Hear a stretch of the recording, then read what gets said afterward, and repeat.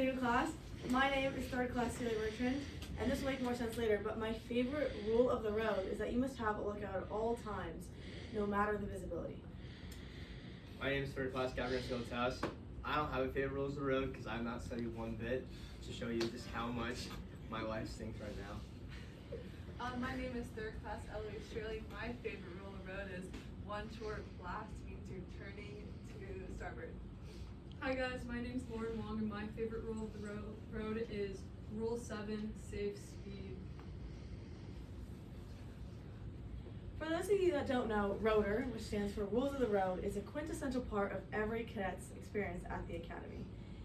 Rules of the Road is a book, and it contains all of the necessary information that a mariner would need to be competent out on the high seas, navigating a vessel, like we'll all do as ensigns.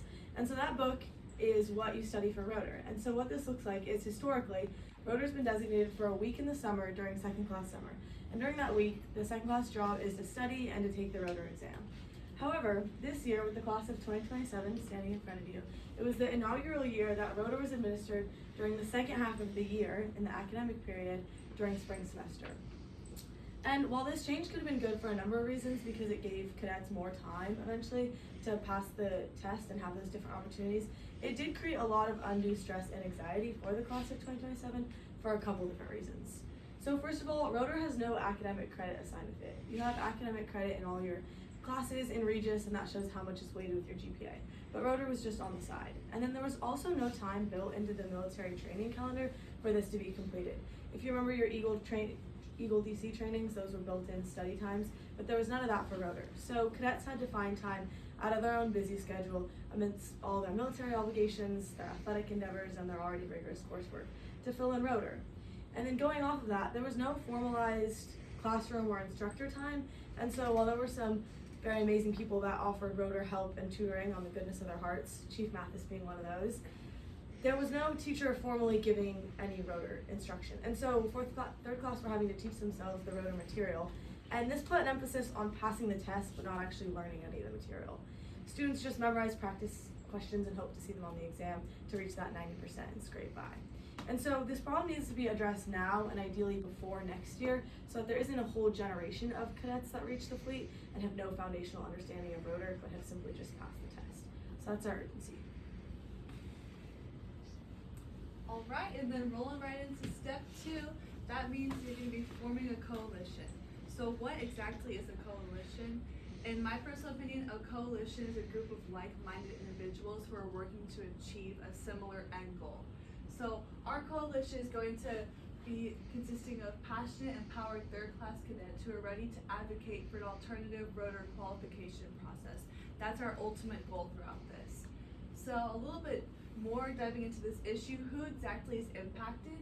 Third-class cadets are now required to pass the ROTR exam during the school year instead of having that designated summer block to complete this requirement. And I think the big impact from this is that our understanding the material and the time to truly learn and absorb the critically applicable information has been greatly diminished. But who's responsible for making decisions related to the problem? It's actually way above us. Senior leadership of the Academy, also known as CDIV, and the NOTSI department have the ultimate decision-making power when it comes to deciding the curriculum and the timeline of the ROTR qualification process. Furthermore, CDIV is responsible for deciding the punishment for those of us who fail to pass the test before the deadline they designated on study conference day, which is coming up very quickly. And so our coalition's plan of action, I've listed it right here. But first, we actually need to form a coalition of third-class cadets who feel really strongly on this issue to advocate for a change to the process. I think the big thing about this is having passion, understanding that we're actually being like our future as officers is being impacted by this. The next thing we need to accomplish is determining a realistic alternative course of action to what they have set in place now. So we have to come up with a plan that's actually applicable and realistic so they won't immediately shoot it down.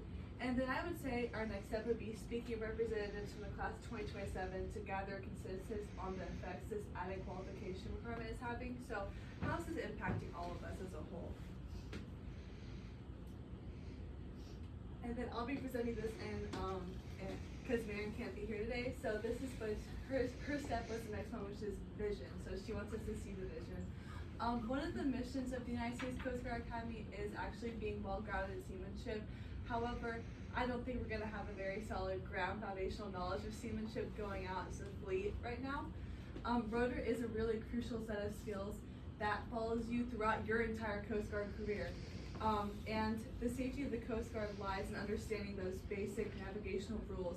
And not only the safety of the Coast Guard, but also the safety of the maritime community that we're supposed to be protecting. You know, law enforcement isn't going to be taken very seriously if they can't even understand the foundational rules you need to know, as well as aids to navigation as well. What we don't want this shaky foundational knowledge to bring discredit upon our service or have any unsafe or improper practices. A lot of this is going to bring a loss of authority. No one's going to take us very seriously. And at a more local level right now, cadets are struggling academically just because we're having to balance this rotor qualification, which is a huge qualification, along with a semester that's, you know, historically very heavy with credits for a lot of us. To make it explicit for y'all, this is our vision defined. So the solution to this problem that we have came up with and compromised on is to include rotor into the NOT-SCI 2 curriculum that cadets take during their third class year. In addition to this NOT-SCI 2 class that already exists is maneuvering boards and also a first nav brief. And we think that Rules of the Road could really complement those topics that are already learned in NOT-SCI 2, and then also upping that academic credit. Currently, applications and navigation is a 1 credit class, but we could envision upping that to either 2 or 3 credits with the addition of rotor. And we see this plan working on a couple different levels. First of all, it alleviates all that undue stress and anxiety that the third class feel for having to schedule rotor on their own time, because now it's built into their plan of study and their daily schedule on Regis. And then additionally, one of the biggest components with this is that now we have qualified nav instructors who are officers and have been out in the fleet navigating boats themselves to be able to pass on that maritime and navigational information to third class. It can feel really abstract when all you're given is a textbook as reference, but if we have people that have navigated boats themselves or been COs and XOs of Coast Guard cutters, that translation of knowledge will be a lot more effective and impactful. And then we can also focus putting the emphasis back on actually learning it as opposed to just passing the test, because instead of having it just be studying for one cumulative test at the end, as in the rotor test, it's built into your regular classwork. So assignments could go along with that, quizzes, any sort of check-in to be able to have some sort of indication of your progress before you actually take the final rotor exam. And we can see this benefiting not only the cadets who are now having an easier transition into learning Rules of the Road, but the academy as a whole, as we make sure that we're turning out fleet-ready ensigns and not cadets that are going to go out into the fleet and stumble on their own 2 feet, trying to understand the difference between a red buoy and a light buoy, a red buoy and a green buoy, and knowing what that is. Don't want that to happen. So now I'll be talking about the power of our actions. So who's kind of resisting the motion of having rotor be part of NOT-SCI 2 is CDIV, just on the basis that they don't want to be competing with the military training, as well as faculty members, as well as the NOT-SCI department, seeing that if they're approving this, have this to be part of the actual curriculum itself. So what are some strategies we can do to allow having these people, the resistors, to be more susceptible to it? Early and inclusive engagement, showing CDIV, faculty, and NOT-SCI in planning the process to start how to have this momentum going forward with rotor being implementing in NOT-SCI 2. But also just in general, rotor is we're enhancing it to get a better well foundation when we get into the fleet, not rather replacing it and making it academic and bringing independence to academic rigor and practical learning.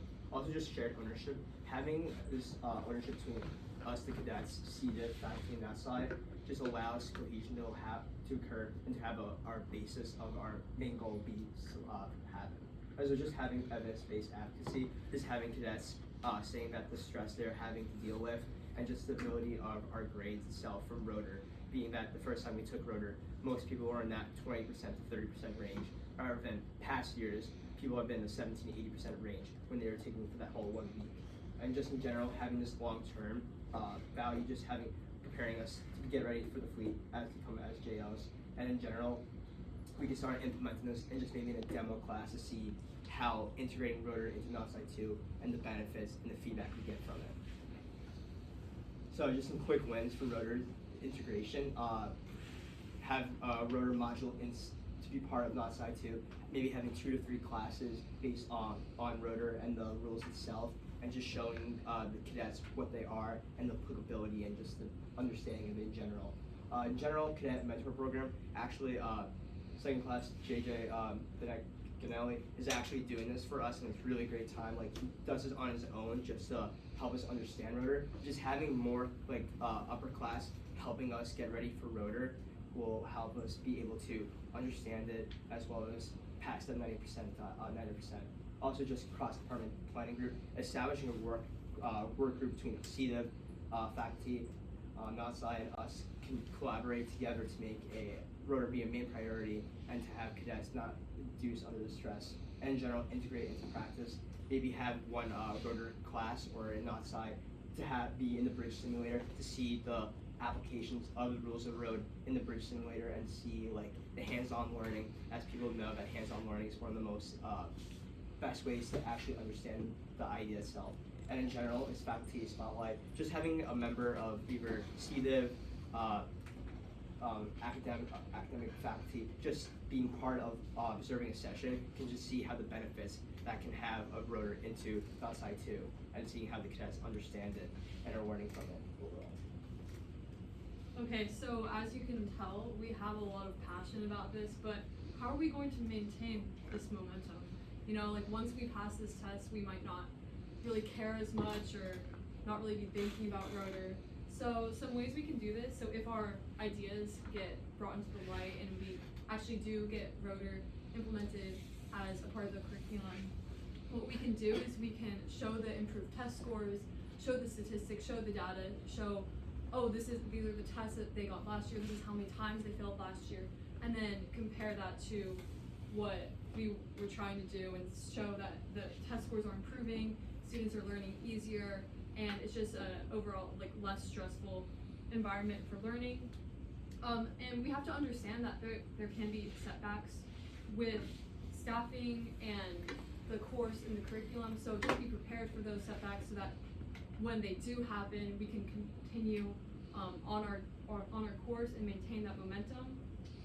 And next, how do we make this change stick? So this can be very hard. As we've learned in OBNL, change is really hard. So 70%,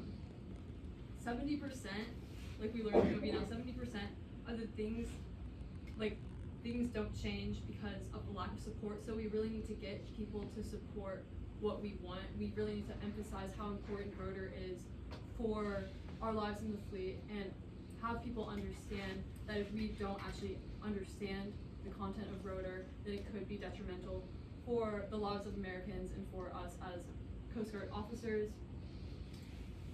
And we need to make sure that we train others to keep teaching this course and make sure that we have people on board to continue our vision. Thank you. Does anyone have any questions?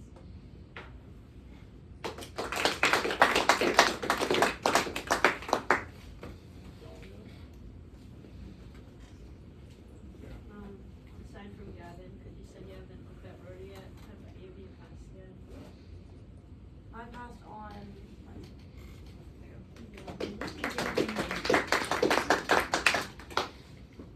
So what's the likelihood this actually gets changed? Like, are they thinking about it yet, or they're not doing it this way next year? They're thinking about changing the NOTSI curriculum to some extent, and I do think they are upping the course load. They haven't decided exactly what they're doing with rotor yet, just because they haven't been able to see how it's fully going to pan out with our class. We do have these professional maritime studies blocks that are meant to be 3 weeks over our second class summer, and initially they said those weren't going to be used for rotor because we all should have passed by May 2nd, but now I think they're realizing that's not realistic and they might need to use some of those weeks for rotor. So it's possible that already it looks like it's flipping back to how it was last year. And in general, this rotor on that side too, it's gonna be two credits, and shit's gonna be 2 credits. So they're trying to integrate, I guess, or something. I don't know. We don't know yet. We're just cadets.